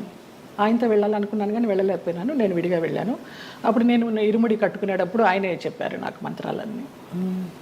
అట్లా అయ్యప్ప అని నా ఫోన్లో కూడా తత్వమసి అని ఫీడ్ అయి ఉంటుంది ఆయన పేరు. అయ్యప్ప తత్వమసి అంటే ఎంత మీరు మనసులో ఆయనకి చాలా చాలా ఆరాధించాను. ఆయనకి సేవ చేసుకుంటూ అలా ఉండిపోవాలనుకున్నాను. బట్ భగవంతుడు పడనిలా. లేదు, రుణం లేదు. అది అంతేనండి బంధాలు, బంధాలు అంతేనా? మరి అంతే అనుకోవాలి. రుణం ఉన్నంత వరకు మనం కలిసి ఉంటాం, తర్వాత కూడబెట్టిన పుట్టిన వాళ్ళు మన బిడ్డలే. అలాంటప్పుడు ఇంకా బయట నుంచి ఎక్కడో వచ్చిన వాళ్ళు ఆ రుణం ఉన్నంత వరకే ఉంటారు. అది రుణాన్ని బంధ రూపేణ పశుపత్ని సుతాలయ. సో మరి ఉన్నంతకాలం కష్టపడి ఉంటే దాన్ని ఎలా చూడాలి? రుణం ఉంది కాబట్టి నాకు కష్టాలు పెట్టాడు, కష్టాలు పడదాం అనుకోవాలా? లేకపోతే అంతే, పడాలి. కష్టాలని భరించే శక్తిని ఇవ్వమని కోరుకుంటా నేను. నువ్వు కష్టాలను ఇచ్చావు, భరించే శక్తి నువ్వు, అదే కోరుకుంటా ఎప్పుడు. మరి ఎప్పుడు ఇది సరికాదు, సవ్యం కాదని ఇప్పుడు చాలామంది ఆడపిల్లలు, మీకు అయిన ఎక్స్పీరియన్స్, మీ పెళ్లిలో 6 నెలల్లో ఒక హింస, ఒక ఎక్స్‌ప్లాయిటేషన్ ఉంది, బయటకు వచ్చేయాలని ఆలోచించిన పరిస్థితుల్లో ఎప్పుడు బయటికి రావాలనే స్ఫురణ ఎలా కలుగుతుంది? బికాజ్ భరిస్తాం, సర్దుకుంటాయన్న హోప్ ఉంటుంది. ఆ స్ఫురణ ఏం చెప్పిన మాట వినాలని మీ గైడెన్స్ అడుగుతున్నాం. మీరు డైరెక్ట్గా పడ్డ వ్యక్తి కాబట్టి మీకు అర్థమైంది కదా ప్రశ్న. అది మన రాతలో ఉంటుంది, ఏదో అదృశ్యవాణి చెప్తుంది మనకి, భరించావు చాలు, ఇంకా ఇది చెయ్యి అని గైడెన్స్ వచ్చేస్తుంది అని. నాకు బ్లైండ్గా వెళ్తాను నేను, అంతే. అంతే. అంత డీప్గా వెళ్ళి నాలెడ్జబుల్గా చెప్పాలంటే నాకు తెలియదు, కానీ అనిపిస్తుంది, మనకే అనిపిస్తుంది ఇంకా ఆ టైం అయిపోతుందని అనిపించినప్పుడు అది ఆటోమేటిక్గా వస్తుందని నేను అనుకుంటున్నాను. ఎంత ఇవాల్వ్ అయ్యారు మీరు స్పిరిచువల్గా, ఎన్ని కష్టాలు పడినా కూడా ఎంత పరిణితి తెచ్చుకున్నారు మీరు అంటే జీవిత ప్రయాణంలో. నేను కేరళ డీటాక్స్కి వెళ్ళినప్పుడు కూడా 14 days ఒంటరిగా ఉన్నాను. అప్పుడు నా లైఫ్ స్టైల్ మారిపోయిందమ్మా, మైండ్ సెట్ కానీ లైఫ్ స్టైల్ కానీ. ఎంత భయస్తురాల్లో నేను, చిన్న విషయానికి భయపడిపోతే, ఎక్కడన్నా నొప్పి వస్తే, ఇక్కడ నొప్పి వస్తే బ్రెస్ట్ క్యాన్సర్ ఏమో, ఇక్కడ నొప్పి వస్తే అపెండిసైటిస్ ఏమో అని అస్సలు లేదు. ముక్తినాథ్ నడిచి దిగాను -degreesలో మొన్న. అవునా? మొన్న రీసెంట్గా 4 days అవ్వలేదు. ఆ ముక్తినాథ్ ఒక ఇన్సిడెంట్ చెప్పాలి స్వప్న. ఒక ఆవిడ కటక్ నుంచి వచ్చారు, జ్యోత్స్నారావు అనేసి, ఒరిస్సా ఆవిడ కాదులే, ఒరిస్సాలో జాబ్ చేసేవారు, కాకినాడ ఆవిడ, బ్రాహ్మణ ఆవిడ. ఎవరు లేరు, నానే వాళ్ళు ఎవరు లేరు, తోడబుట్టిన అన్నదమ్ములు కానీ అక్క చెల్లెళ్ళు కానీ సంసారం కానీ పిల్లలు కానీ ఎవ్వరు లేరు. ఆవిడ బ్రహ్మచారిణి.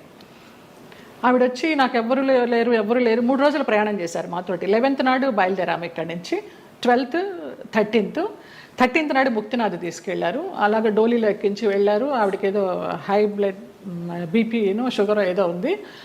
అన్నం తినాలనిపించక మాత్రలు వేసేసుకుంటున్నారు. తర్వాత ఆ ముక్తినాథ్లో జాంసంలో మేము స్టే చేసినప్పుడు వెన్ను వణికించే చలి, అక్కడ హీటర్స్ ఉండవు, హీటర్స్ పెడితే ఆక్సిజన్ అందదంట, హై ఆల్టిట్యూడ్ అనమాట. అక్కడ ఆ రోజు నరకం అనుభవించాం అందరం. 80 members గ్రూప్ మేము. Sai Krishna tours and travels అని సాయిరామ్ గారు, ప్రసన్న గారు, వైఫ్ అండ్ హస్బెండ్, ఆది దంపతులు. నిజంగా 2009 నుంచి వాళ్ళు ట్రావెల్ చేస్తున్నారు. ప్రతి ఒక్క గ్రూప్తో ట్రావెల్ చేస్తారు. ఇంకా నేను లైఫ్ జర్నీ అంతా వాళ్ళతోనే యాత్రలు కంటిన్యూ చేయాలని వాళ్ళతో చెప్పి కూడా వచ్చా కన్ఫర్మేషన్. ఆవిడ ముక్తినాథ్ని దర్శించుకొని, సాయిరామ్ గారు మేము వెళ్ళే రోజు ముందర రోజు నైట్ హోటల్లో డిన్నర్కి గ్యాదర్ అయినప్పుడు చెప్తారు, అమ్మ ఇలా ఉంటుంది అక్కడ సిచ్యువేషను, స్నానాలు చేయకండి, 108 జలధారలు ఉంటాయి, స్నానాలు చేయకండి, -degrees ఉంటాయి, నెత్తి నీళ్లు చల్లుకుంటే చాలు, మనకి ముక్తినాథుడి దర్శనం కావాలి, మీరు ఆయన చూడడం కాదు ముఖ్యం, ఆయన మిమ్మల్ని చూడడం ముఖ్యమని చాలా చక్కగా వివరించి ఆవిడని అడిగారు, అమ్మ మీ పరిస్థితి ఇలా ఉంది, వస్తారా, రాలేకపోతే రూమ్లో ఉండండి, భోజనం ఏర్పాట్లన్నీ చేసి మీకు ఒక మనిషిని పెట్టి నేను వెళ్తాను. లేదు సాయిరామ్, నాకు ఆ ముక్తినాథుడిని చూడాలి, నా ఒకే ఒక కోరిక అన్నారమ్మ. వచ్చారు, ముక్తినాథుడిని చూశారు. మర్నాడు అందరం బయలుదేరి బస్సుల్లో పోఖ్రా రిటర్న్ రావాలి. కార్లోనే స్పాట్ డెడ్ అమ్మ ఆవిడ. ముక్తినాథుడు అన్నందుకు ముక్తి, మోక్షం. ఎంత అదృష్టవంతరాలు, ఎవరు లేరని 80 మందితో ప్రయాణం చేసి 3 రోజులు ముక్తినాథుని చూసి 4వ రోజు పోయింది. అసలు అద్భుతమైన సంఘటన అయితే నాకు, నేను మర్చిపోలేను ఈ యాత్రలో.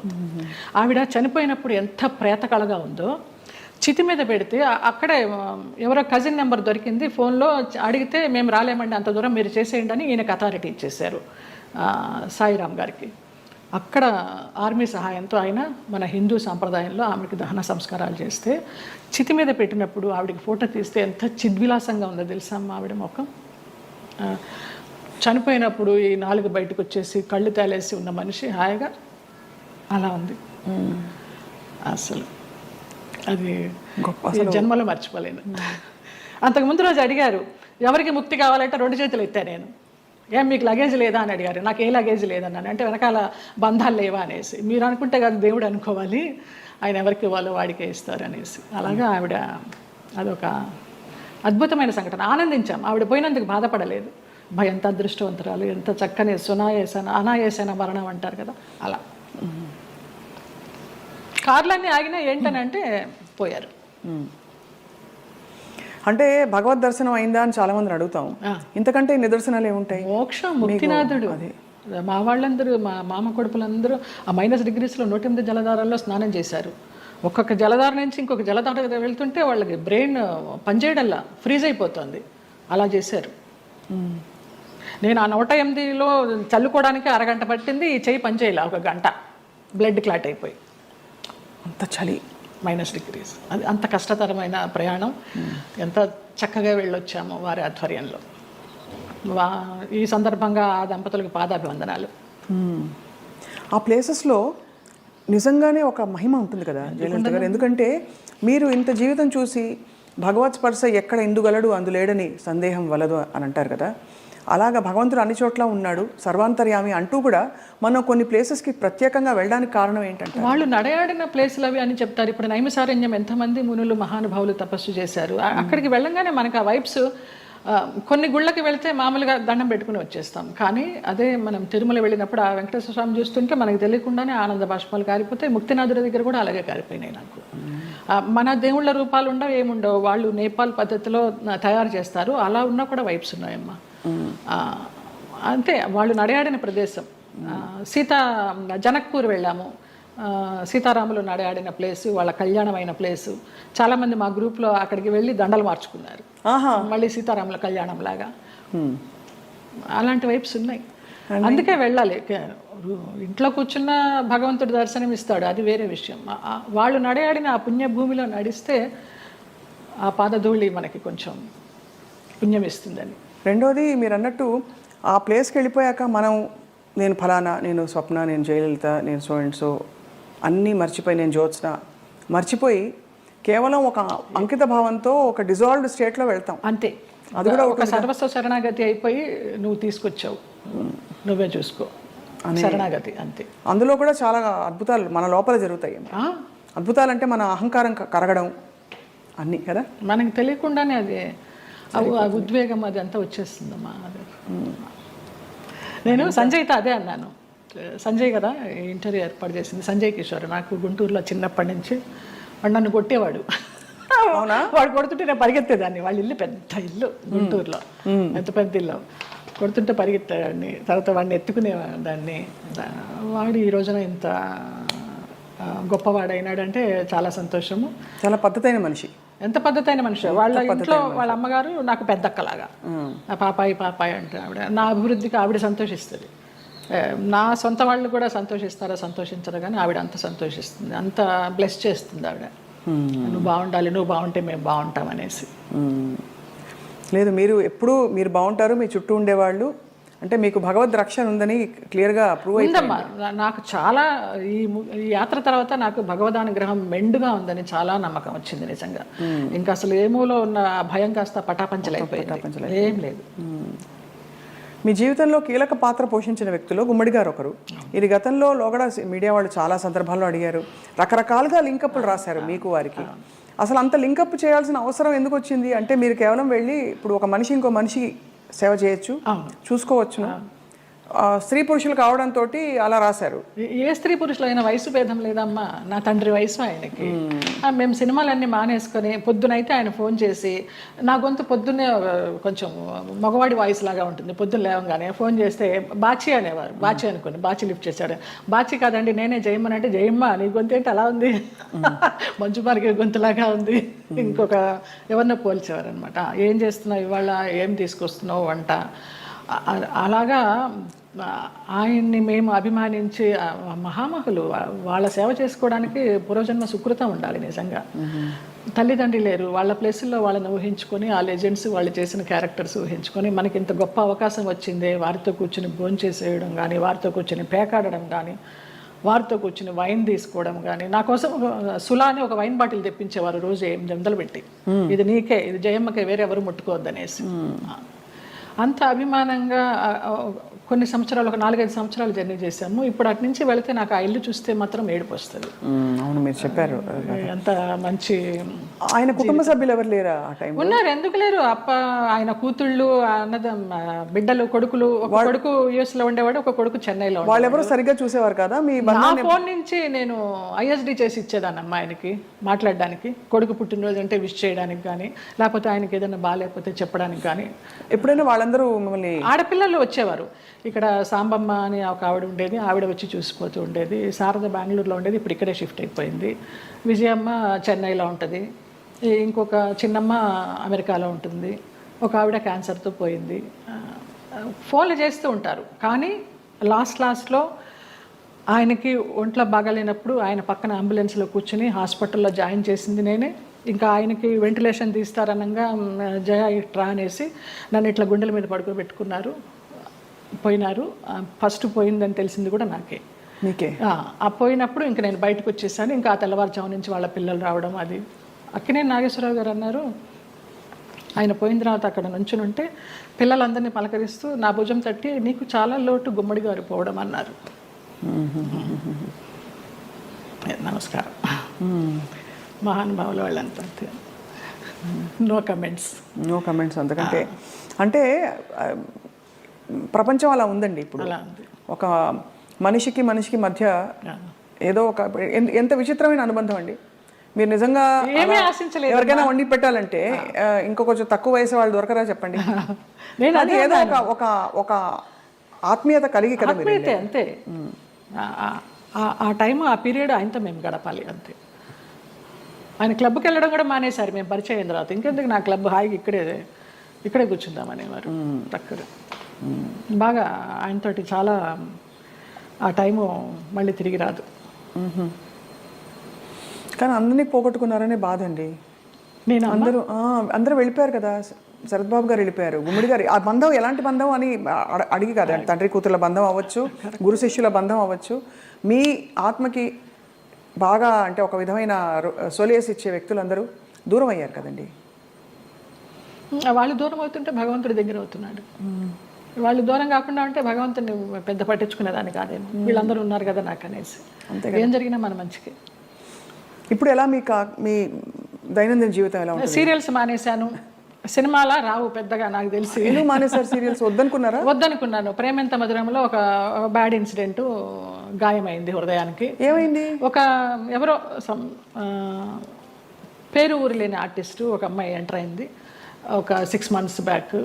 నేను మానేసే ముందర 3 సంవత్సరాలు అంత చక్కగా బాండింగ్ తోటి నిజంగా తల్లి కొడుకుల్లాగానే నేను, శ్రీరామ్ కానీ అందులో చేసిన వాళ్ళందరూ కానీ అలాగే క్యారెక్టర్ పరంగా మేము యాక్ట్ చేయలేదు అసలు. జీవించాం మేము. గ్లిజరిన్ కూడా వేసుకునేవాళ్ళం కాదు ఏడుపు సీన్లు ఉంటే. ఆ అమ్మాయి వచ్చి కొంచెం యారగెన్స్ అంతా చూపించడము, మర్యాద లేకపోవడం సీనియర్స్కి. ఒక సీన్లో అయితే అయిందని అలాగే అడ్జస్ట్ అయిపోయి చేస్తున్నాను. మానేద్దామా అనుకుంటూ పోనీలే మంచి సీరియల్, మంచి పేరు వచ్చింది, శ్రీరామ్ మంచి వాడు, అతన్ని చూసి చేయాలని అనుకున్నాను. ఒక టైంలో ఇంకా పీక్స్కి వెళ్ళిపోయింది ఆ అమ్మాయి బిహేవియర్. శ్రావణ శుక్రవారం నాడు పూజకి గాజులు లేకుండా కూర్చుంది మొండి చేతులతోటి. నేను ఒక పెద్ద సఫిస్టికేటెడ్ మదరు, అంత సాంప్రదాయాన్ని పాటించే మదరు, అత్తగారి పక్కనే కూర్చుని పూజ చేస్తూ ఉంటుంది. అప్పుడు నేను క్యారెక్టర్ పరంగా ఆలోచించి అత్తగారి స్థానంలో నేను ఇక్కడ ఉన్నాను కదమ్మా, నేను లేకపోతే నీ ఇష్టం వచ్చినట్టు చేసుకోవచ్చు, శ్రావణ శుక్రవారం పూజ ముత్తైదో గాజులు వేసుకుని చేయాలన్నానమ్మా. అటు నా చెయ్యి నా ఇష్టం నువ్వు చెప్పడానికి అంది, వేసుకునంది. అంతలాగా ఎందుకు ఏమో తెలియదు. అది ఆరగెన్సీ అంతే. ఆ పిల్లకి సీనియారిటీ విలువ తెలియదు, క్యారెక్టర్ విలువ తెలియదు. ఎవరండి యాక్టర్? ఆఫ్ కోర్స్ చూసాను, నేను సీరియల్స్ చూడండి కాబట్టి ఇలా అడుగుతున్నాను. అమ్మాయి పేరు కూడా మర్చిపోయినాను, అసలు మైండ్లోనే లేదు అది. చేస్తూ తర్వాత అమ్మాయి September 3 జరిగింది ఇది లాస్ట్ ఇయర్. అక్కడి నుంచి శ్రీరామ్ బయటే ఉన్నాడు. నాన్న ఇలాగ జరిగింది, నాకు చేయబుద్ధి కావడలేదన్నాను. నీ ఇష్టం అమ్మ, నీకు ఇష్టం లేకపోతే మానే అన్నాడు. కారు ఇచ్చాడు, ఎక్కాను, వచ్చేసాను అంతే. అక్కడ బహుశా మీ ప్రయాణం అయిపోయిందేమో అంతే. అలా ఇలా ఈ సంఘటన ద్వారా అలా కొంచెము అయిష్టంగానే చేస్తున్నాము, ఇష్టం లేకుండా. ఆ క్యారెక్టర్కి కూడా ఇంపార్టెన్స్ తగ్గడము, ఆ ఫీల్ కూడా రావడల్లా చేస్తుంటే. డైరెక్టర్ గారితో అనేదాన్ని, ఇంతకు ముందర ఫీల్తో చేసేవాళ్ళం అండి, ఇప్పుడు రావడం లేదనేసి. డైరెక్టర్ మారిపోయాడు వెంకట్ అని, అతను చాలా ఇష్టము, చాలా మంచి టెక్నీషియన్. ఆ యూనిట్ నుంచి బయటకు వచ్చారు, వేరే యూనిట్ ఎవరైనా ఆఫర్ చేస్తే ఎందుకు చేయకూడదు? వద్దనిపించిందమ్మా, ఇంకా అసలు నాకు సీరియల్స్ వద్దు. అంటే నేను ఆ గంగిరెద్దులాగా అలంకరించుకోవడము, రోజుకి అన్ని డ్రెస్ చేంజ్లు, పొద్దు నుంచి నైట్ వరకు టైం లేకుండా. 12 hours అండి కాల్ షీట్. పంపించరమ్మా. నేను తొందరగా వెళ్ళిపోతానంటే, అమ్మ సీనియర్వి నువ్వే వెళ్ళిపోతానంటే మిగతా వాళ్ళందరూ కూడా వెళ్ళిపోతారు. అందులో సీరియల్స్లో బాగా పిండేస్తారు కదా. నరకం. ఎన్ని సీరియల్స్ చేశానో అన్ని సీరియల్స్ అన్నం పెట్టినాయి కాదనలేదు, కానీ వద్దనిపించింది. ఇంకెవరికి పెట్టాలి, నేను వద్దు. మంచి సినిమాలు ఏమైనా వస్తే చిన్న చితక సినిమాలు చేసుకుందాము, లేదా కృష్ణారామాని యాత్రలు చేద్దాము, ఉన్నది పెట్టుకొని ఉన్నంత వరకు. తర్వాత భగవంతుడు చూసుకుంటాడు అంతే. అక్క వీళ్ళందరూ టచ్లో ఉంటారా? ఎప్పుడు టచ్లో ఉంటారు. అబ్దికానికి, నాన్న అబ్దికానికి చెన్నై వెళుతూ ఉంటాము. 2 అన్నయ్యలు అక్కడే ఉన్నారు. అందరం కలివిడిగానే ఉంటాం. 3 అప్పచెల్లెళ్ళు, 2 అన్నదమ్ములు. సరే, మీకు మీ ప్రయాణం ఇలా రాసుందని మీరు సరిపెట్టుకున్నారు, అది మీ గొప్పతనం అంతే. నా గొప్పతనం కాదు, నాకు దేవుడిచ్చిన వరం అది. నా గొప్పతనం ఏం లేదు. మరి ఇప్పుడు మీకు జీవితం గడవడానికి, యాత్రలు చేయడానికి, మనం శేష జీవితం గడపడానికి కంఫర్టబుల్గా ఫైనాన్షియల్గా? శేష జీవితం వరకు ఉందని నేను చెప్పలేను, ఇప్పటికీ ఉంది. ఈ ప్రేమెంత మధురం చేసిన దాని తాలూకా అది కొంచెం ఉంది. అది కూడా వెనక ముందు చూడకుండా ఖర్చు పెట్టుకుంటున్నాను యాత్రలకి, దానికి. శేష జీవితానికి ఎలా ఉంటుందో నాకు తెలియదు, ఆయన నిర్ణయిస్తాడు. ఆ నమ్మకం అయితే ఉంది. మీ దగ్గర అయితే మాస్టర్ కీ ఉంది అంతే కదా? ఇంకా ఇవన్నీ మాస్టర్ కి లాకర్ కి ఏం లేదు, కానీ మాస్టర్ కీ అంటే భగవంతుడే కదా, భగవంతుడే మాస్టర్ కీ కదండి మనందరికీ. ఆయన నడిపిస్తాడని నమ్మకం. అది ఆ నమ్మకమే. రేపేంటి అని అడుగుతారు, ఎప్పుడు ఆలోచించాలి రేపేంటి అనేది. అసలు పుట్టిన దగ్గర నుంచి అవగాహన లేదు, మధ్యలో సంపాదించడం మొదలుపెట్టిన దగ్గర నుంచి కూడా రేపు ఏంటి అనేది క్వశ్చన్ రాలేదమ్మా నాకు అసలు. 700 సినిమాలు అంటే బాధ ఎందుకు వేస్తుందంటేనండి, ఈ పబ్లిక్ ప్రొఫెషన్లో ఉన్న వాళ్ళందరికీ చాలా కష్టమైన జీవితం. మీకు ఎప్పుడు నిద్ర లేవాలి అనే చాయిస్ ఉండదు.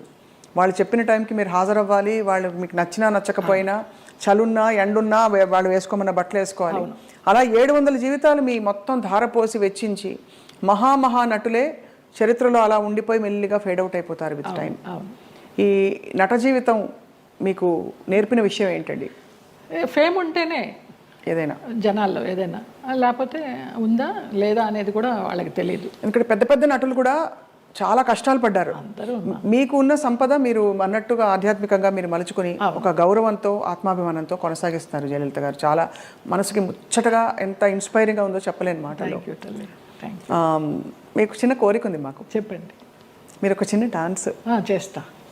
నేను మామూలుగా సెమీ క్లాసికల్ ఏమైనా మూవీ సాంగ్ స్వప్నకు కూడా తేలిగ్గా ఉంటుంది. నువ్వు క్లాసికల్ సింగర్ కాదని లేదు, ఏమైనా పాడతారు అనుకొని మనసే అందాల బృందావనం అనుకున్నాను. మా సంజయ్ తిట్టాడు, ఎంత పెద్ద క్లాసికల్ డాన్సర్ నువ్వు సినిమా సాంగ్ చేస్తావా అనేసి.